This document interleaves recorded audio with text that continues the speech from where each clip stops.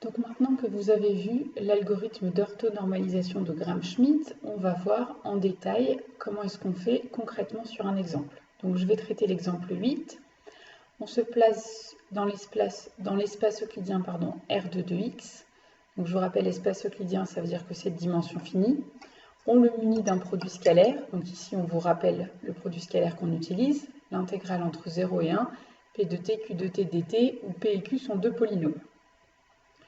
Première question qu'on vous poserait dans un exercice, ce serait de démontrer que cette fonction, cette application, est bien un produit scalaire. Donc il faudrait vérifier les 4 points de la définition.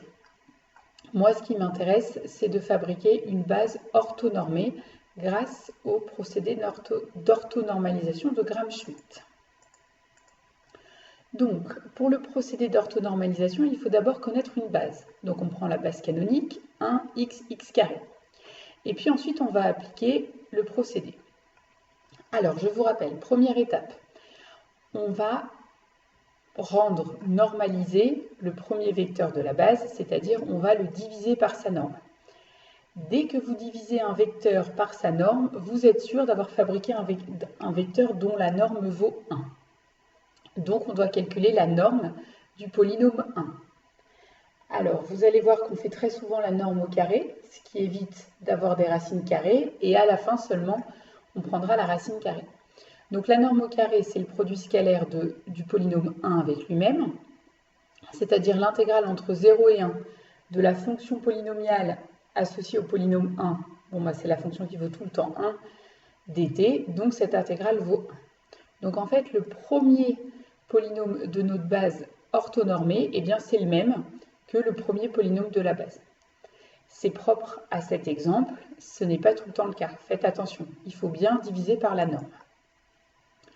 Ensuite, pour le deuxième vecteur de la base orthonormée. Donc je vous rappelle, vous pourrez retourner voir dans la démonstration, que le vecteur f2, on le prend de la forme suivante. Donc le deuxième vecteur de la base initiale, donc ici, puisque c'est 1x carré, mon deuxième vecteur c'est x, moins x scalaire f1 porté par le vecteur f1. Et puis on divise tout ça par la norme pour être sûr que f2 soit lui aussi un polynôme unitaire, un vecteur unitaire si vous voulez. Donc on va calculer les quantités dont on va avoir besoin. Alors on commence par le produit scalaire de x avec f1.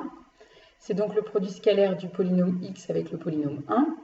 Par définition, c'est donc l'intégrale entre 0 et 1 de la fonction polynomiale associée à x, c'est-à-dire la fonction identité, donc t fois 1. Donc ici, il y a juste t dt. On connaît une primitive, donc ici, il manque un 0, et ça vaut 1,5. Donc en fait, le polynôme là au numérateur, c'est x moins 1,5 fois 1, c'est-à-dire x moins 1,5. Et donc au dénominateur, il faut calculer la norme de x moins 1,5. Donc de nouveau, on fait la norme au carré, c'est-à-dire l'intégrale entre 0 et 1 de la fonction polynomiale associée à ce polynôme, donc t moins 1,5 au carré, dt. On calcule cette intégrale qui vaut 1/12. Donc la norme du polynôme là qui est en haut, elle vaut 1 sur racine de 12. Okay, vous n'oubliez pas de repasser à la racine carrée une fois que vous avez calculé le carré. Et puis comme on veut la mettre au dénominateur, en fait on doit diviser par 1 sur racine de 12, donc ce qui revient à multiplier par racine de 12. Donc f2, c'est le polynôme racine de 12 fois x moins 1,5, c'est-à-dire racine de 3 facteur de 2x moins 1. Vous pouvez vérifier, ce polynôme f2, il est bien orthogonal à f1. On a déjà démontré dans le théorème 12 que quand on le prenait sous cette forme-là, ça le rendait bien orthonormal à f1. Alors maintenant, il nous reste f3. Donc toujours en appliquant la formule dans le procédé de Gram-Schmidt, f3, c'est le troisième vecteur de la base, donc c'est-à-dire x carré, moins x carré scalaire f1 porté par f1, moins x carré scalaire f2 porté par f2. Donc on va calculer les produits scalaires dont on va avoir besoin.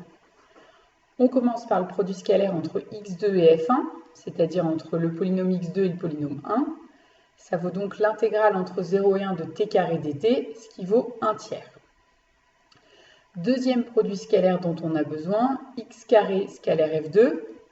Donc là, vous faites attention parce que f2, mais il est déjà un petit peu plus compliqué que f1. Il vaut racine de 3 2x moins 1. Donc, puisque le produit scalaire est linéaire par rapport à la deuxième variable, le racine de 3, on le sort du produit scalaire. Et ensuite, le 2x moins 1, on applique la linéarité. Donc, ça fait 2 fois racine de 3 fois le produit scalaire de x2 avec x, moins racine de 3 fois le produit scalaire de x2 avec 1.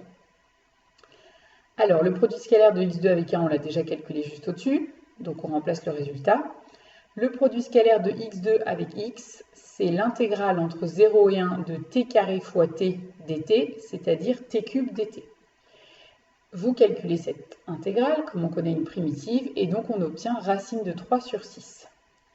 Donc finalement, le polynôme ici au numérateur, c'est x carré moins 1 tiers fois 1 moins racine de 3 sur 6 fois le polynôme f2, c'est-à-dire racine de 3 2x moins 1. Donc on se retrouve avec tout ce polynôme-là. Vous faites attention de ne pas oublier de bien remplacer f1 et f2 par leur formule, même si elle est moche. Alors ça se simplifie assez bien, ça vaut ça vaut x carré moins x plus 1 sixième. Vous pourrez vérifier le calcul. Donc on calcule maintenant sa norme au carré pour mettre au dénominateur, c'est-à-dire l'intégrale entre 0 et 1 de t carré moins t plus 1 sixième, le tout au carré. Vous faites attention parce que le carré qui est ici, là on doit le retrouver sous l'intégrale. J'ai développé ce carré avec une identité remarquable pour que ça soit écrit sous forme de puissance de t, pour connaître facilement une primitive, pour calculer le crochet en 1 moins le crochet en 0.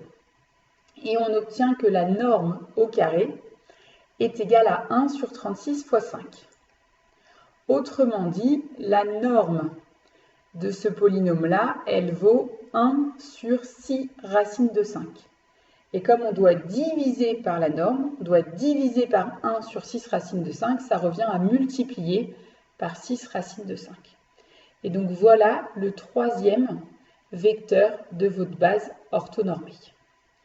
Et donc, puisqu'on a démontré dans le théorème 12 qu'en appliquant ce procédé, on fabriquait une base orthonormée, vous êtes sûr que F1, F2, F3 est bien une base orthonormée de R2 de X.